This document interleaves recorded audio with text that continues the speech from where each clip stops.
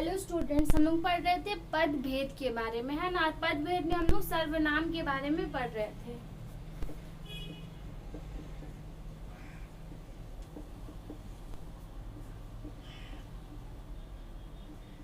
सर्वनाम के बारे में हम लोग पढ़ रहे थे, ठीक है। तो सर्वनाम क्या होता है हम लोगों ने लास्ट क्लासेस में पढ़ लिया। अब सर्वनाम के कितने भेद होते हैं हम लोगों ने पढ़ लिया। और सर्वनाम के फर्स्ट भेद के बारे में हम लोगों ने पढ़ लिया, जो कि है पुरुषवाचक सर्वनाम। और पुरुषवाचक सर्वनाम के भी भेद के बारे में हम लोगों ने पढ़ लिया, ठीक है। अब इसके बाद नेक्स्ट भेद के बारे में पढ़ेंगे, जो कि है निश्चयवाचक सर्वनाम, ठीक है। ये सेकंड भेद है हमारा सर्वनाम का, निश्चयवाचक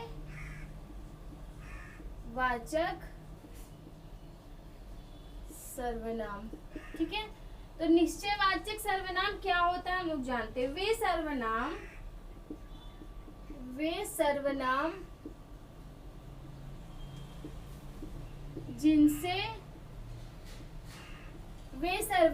जिनसे किसी निश्चित वस्तु का ज्ञान होता है, किसी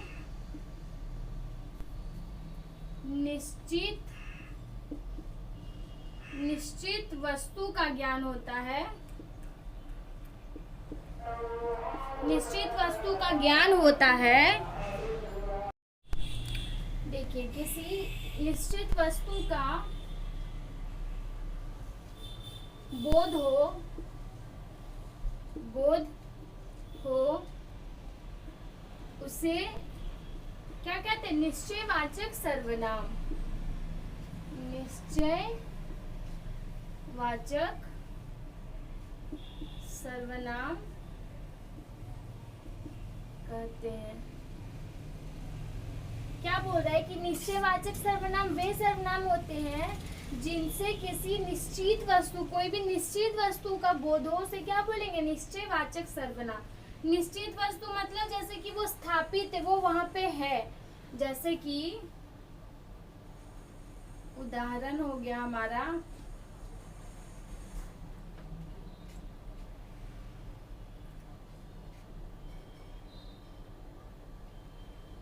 यह वह आदि। निश्चयवाचक क्या होगा, यह वह आदि, ठीक है। तो यह वह से हम लोग उदाहरण जैसे कि बना सकते हैं। तो क्या होगा, एक बार फिर वह जीत गया, एक बार फिर कौन जीत गया, वह जीत गया। तो जहाँ पे वह यह ये सब लगा रहे, वो क्या अपने आप हम लोग समझ जाएंगे कि वह निश्चयवाचक सर्वनाम है, ठीक है। अब नेक्स्ट हमारा है अनिश्चयवाचक सर्वनाम, ठीक है। नेक्स्ट हमारा है अनिश्चयवाचक सर्वनाम, जो कि थर्ड भेद है सर्वनाम का। अनिश्चयवाचक सर्वनाम।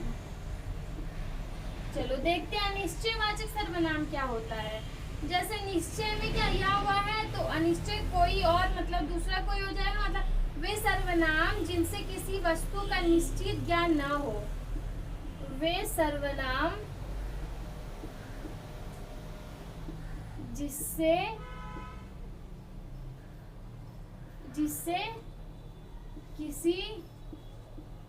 जिससे किसी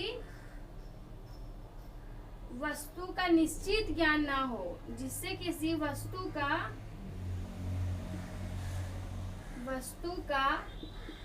निश्चित ज्ञान न हो, वो क्या कहलाएगा, अनिश्चयवाचक सर्वनाम। न हो वह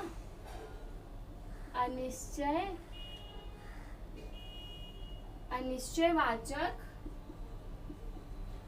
सर्वनाम कहलाता है। निश्चय में क्या, जिससे निश्चय हो कि वह और यह मतलब पर्टिकुलरली उसी चीज का बारे में बोला जा रहा है, निश्चित है। लेकिन अनिश्चय में क्या, उसका उल्टा अनिश्चित होता है, उसका पूरा अनिश्चित ज्ञान होता है किसी भी चीज के बारे में, ठीक है। जैसे कि हो गया हमारा कोई कुछ सब, जैसे कि कोई कुछ सब, ठीक है। कोई कुछ, ये सब क्या हो जाएगा? अनिश्चय। अनिश्चय का जब हमें लिखेंगे, हमें लिखना होगा कोई उदाहरण, तो क्या हम बना सकते हैं? सड़क पर कोई गिर गया। सड़क पर कोई गिर गया। देखो यहाँ पे अनिश्चय निश्चय समझ में आ गया। निश्चय में क्या पर्टिकुलरली बोला जा रहा था कि हाँ वह उसके ही बारे में, लेकिन अनिश्चय में क्या निश्चित नहीं किसके बारे में बोला जा रहा, कोई है वो, ठीक है। कोई गिर गया सड़क पे, तो समझ में आ गया अनिश्चयवाचक सर्वनाम। नेक्स्ट अब हमारा है संबंधवाचक सर्वनाम। नेक्स्ट हमारा है संबंधवाचक सर्वनाम। ये हमारा है 4th नंबर, संबंधवाचक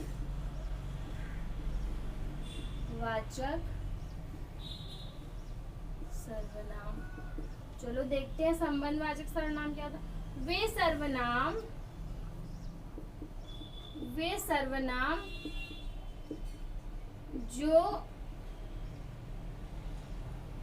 जो एक शब्द का दूसरे के साथ, जो एक शब्द का दूसरे के साथ,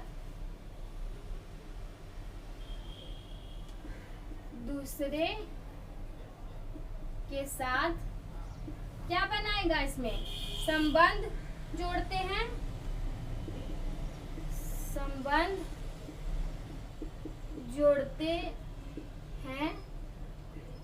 संबंध जोड़ते हैं, उसे क्या बोलेंगे? संबंधवाचक सर्वनाम।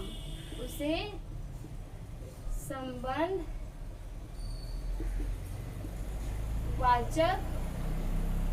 क्या? संबंधवाचक सर्वनाम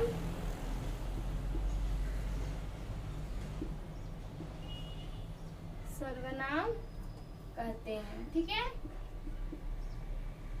ये तो ऐसे ही पता चल रहा है इसके भेद से ही कि इसमें क्या संबंध बनाया जाएगा, तभी वो संबंधवाचक सर्वनाम कहलाया जाएगा, ठीक है। वे सर्वनाम जो एक शब्द का दूसरे शब्द से क्या संबंध जोड़ते हैं, संबंध जोड़ते हैं, वो क्या संबंधवाचक सर्वनाम कहते हैं। जैसे कि जिसकी लाठी उसकी भैंस, ठीक है। जिसकी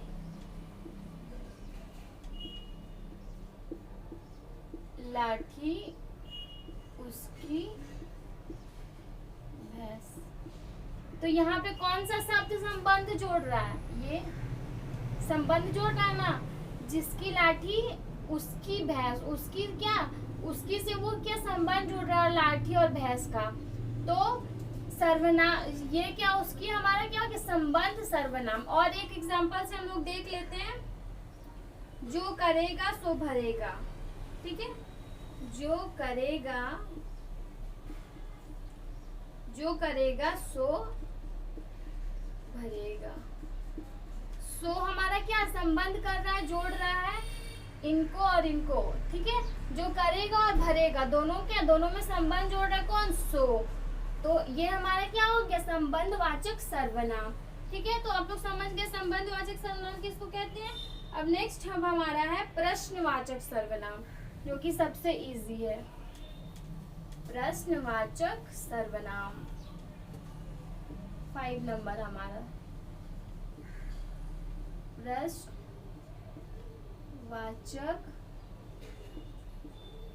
सर्वनाम हम लोग जानते हैं प्रश्नवाचक सर्वनाम क्या होता है। वे सर्वनाम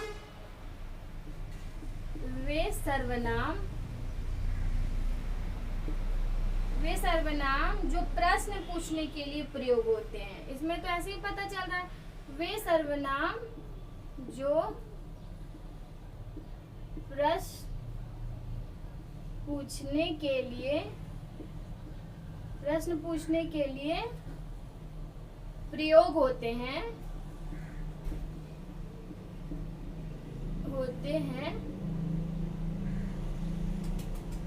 उन्हें प्रश्नवाचक सर्वनाम कहते हैं। क्या कहते हैं? प्रश्नवाचक सर्वनाम।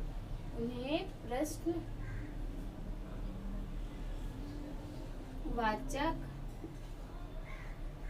सर्वनाम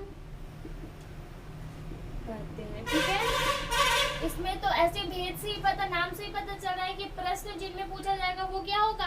प्रश्नवाचक सर्वनाम कहलाएगा। ठीक है, तो इसमें क्या हो सकता है? एग्जाम्पल, क्यों, क्या, कब, ये सब प्रश्न है ना। क्यों, क्या,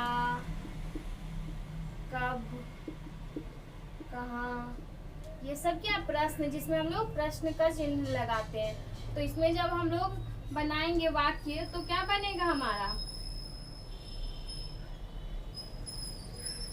तुम, उदाहरण मान लो हम लोग बनाएंगे, क्या बनेगा?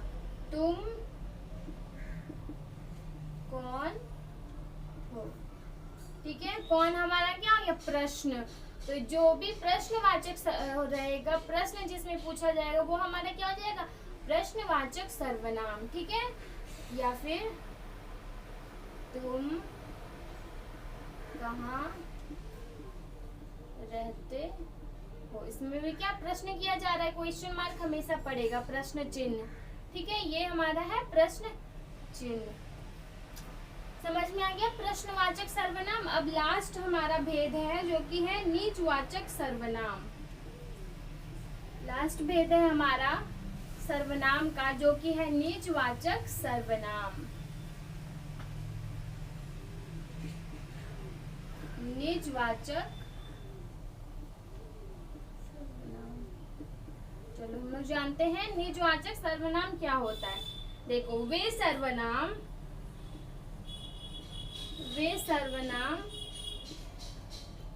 जहां वक्ता अपने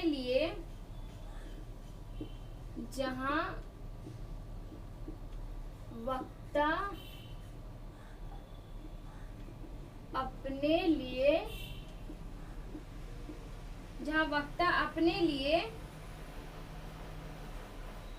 आप शब्द का प्रयोग करता है, आप शब्द का प्रयोग करता है, उन्हें क्या निजवाचक सर्वनाम कहते हैं। वहां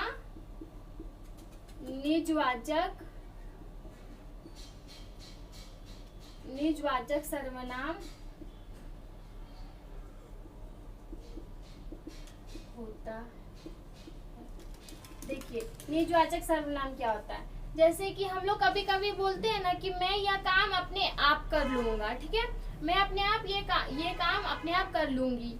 तो आप हम अपने लिए लगाए ना, हम अपने लिए, हम ऐसे तो पर्टिकुलर दूसरों के लिए बोलते, बेसिकली दूसरों के लिए कि आप क्या करें, आप कैसे, लेकिन अपने लिए जब लगाते तो वो क्या हो जाता है? निजवाचक सर्वनाम, जिसका डिफिनेशन है वे सर्वनाम जहां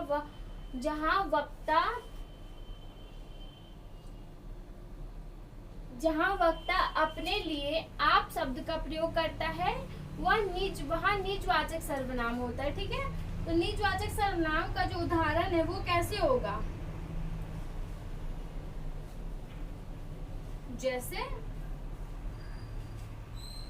जैसे कि मैंने बोला, मैं यह काम अपने आप कर लूंगी, मैं अपने कर, या फिर आप भला तो जग भला, आप भला तो जग भला। ठीक है, आप भला मतलब अपने लिए बोला जा रहा है ना, आप बोला जा रहा है अपने लिए, आप भला तो जग भला, आप मतलब अपने, खुद भला तो जग भला। ठीक है, तो ऐसे सब जो आपके अपने लिए आप बोला जाता है जहाँ पे, वो क्या कहलाता है? निजवाचक सर्वनाम। तो निजवाचक सर्वनाम ये हमारा क्या लास्ट था, 6 नंबर। ठीक है, तो हम लोगों ने यहाँ पढ़ लिया कि सर्वनाम के 6 भेद होते हैं, जिनमें से लास्ट था हमारा निजवाचक सर्वनाम, और हमने 6 के बारे में अच्छे से डिटेल से पढ़ लिया। ठीक है,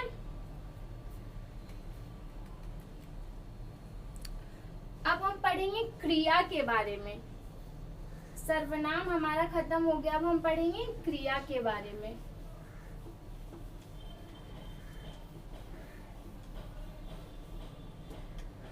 देखते हैं क्रिया क्या होता है। पहले देखते हैं, पहले हम लोगों ने पढ़ा संज्ञा, फिर पढ़ा सर्वनाम, अब पढ़ेंगे क्रिया, जो कि पद भेद में ही सारा कुछ आता है। ठीक है, तो अब पढ़ेंगे क्रिया।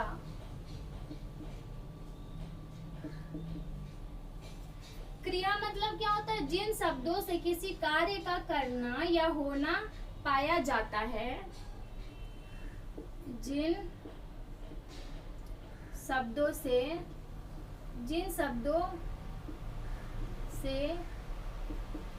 किसी कार्य का करना या होना, ठीक है, करना या होना पाया जाता है, करना या होना पाया जाता है, उन्हें क्रिया कहते हैं। उन्हें क्रिया कहते हैं। आप लोग जैसे कि पढ़ चुके हो, वर्ब पढ़े हो ना, जिसमें हंसना, खेलना, कूदना या कुछ भी मॉडल वर्ब्स होते हैं, वो सब क्या होते हैं? वर्ब। तो वैसे ही ये क्रिया है वर्ब का हिंदी, मतलब इसमें भी कुछ करना या होना, कुछ करना या फिर होना का बोध हो, वो क्या कहलाएगा? क्रिया कहलाएगा। ठीक है, तो क्रिया क्या हो सकता है? जैसे कि अनिल स्कूल जा रहा है। अनिल स्कूल जा रहा है। अनिल कहाँ जा रहा? स्कूल जा रहा है। तो इसमें से क्रिया क्या होगा? जाना, जा रहा है क्रिया होगा, है ना। करना या होना का बोध हो तो उसको क्रिया कहते हैं। तो इसमें जा रहा है मतलब वो चल रहा है, तो वो क्रिया है, कर्म कर रहा है कुछ, ठीक है, काम। और एक उदाहरण से हम लोग समझ लेते हैं, जैसे मोहन ने खाना खाया। मोहन ने खाना खाया, इसमें क्या क्रिया होगा? खाना खाया। खाना जब खाते हैं हम लोग उसको क्या बोले? क्रिया बोलते हैं। ठीक है, इन वाक्यों में जा रहा है, खाया से कार्य के होने का पता चलता है। ठीक है, जा रहा है और खाया से क्या क्रिया का होने का पता चल रहा है इसमें। अतः ये जाना खाना क्रियाएं हैं। ठीक है, कार्य को करने वाला कर्ता कहलाता है। और जो कर रहा है, ठीक है, कौन कर रहा है? अनिल जा रहा है ना स्कूल, तो ये जो कर रहा है वो क्या कहलाएगा? ये कर्ता कहलाता है। और जो किया जा रहा है वो कर्म कहलाता है, कर्म या क्रिया। ठीक है, धातु क्रिया के मूल रूप को कहते हैं। इन्हीं धातुओं से भिन्न क्रियाओं का निर्माण होता है। पी, खा, जा, आ, पढ़, चल, ये सब क्या है? क्रिया। चलना, बोलना, पढ़ना, खाना, ये सब क्या क्रिया कहलाता है। ठीक है, अब हम क्रिया के भेद पढ़ेंगे, क्रिया के प्रकार, जो कि हम लोग नेक्स्ट क्लास में क्रिया के प्रकार पढ़ेंगे। यहाँ हम लोगों ने सर्वनाम के जो कुछ भेद बचे हुए थे वो हम लोगों ने कंप्लीट किया, और क्रिया क्या होता है सो हम लोगों ने इस क्लास में जान लिया। अब नेक्स्ट क्लास में क्रिया के प्रकार पढ़ेंगे, क्रिया के भेद पढ़ेंगे, है ना। तो इस क्लास को जरूर पढ़ना, उसके बाद नेक्स्ट क्लास में हम लोग क्रिया के ही बारे में पढ़ने वाले हैं। ठीक है, होप कि आप लोग को यहाँ तक समझ में आ गया होगा। Thank you.